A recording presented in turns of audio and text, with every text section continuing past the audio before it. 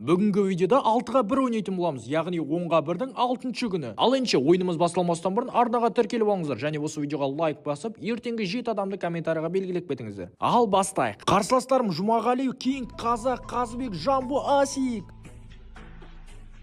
Бірінші баланың басына шөлп еткіземіз, екінші балаға барамыз. Оның даусына бер жібереміз, үшінші балаға барамыз. Міне жер беріп тастаймыз да төртінші балаға қайда. Давай өлтіру керек, саған бала анаған өлтіру керек енді ана. Ай-пай өліп қалдым міне. Ема, не болып кетті? Өле, ема, достар, мыналар бар көтере береді, еще жабылып бар, как будто 6-ға 1 емес, 12-ге 1 ойнап жатқан сияқтымын бар. Өлтіру керек бірдеңе. Жүгіреміз де, балақай дейміз.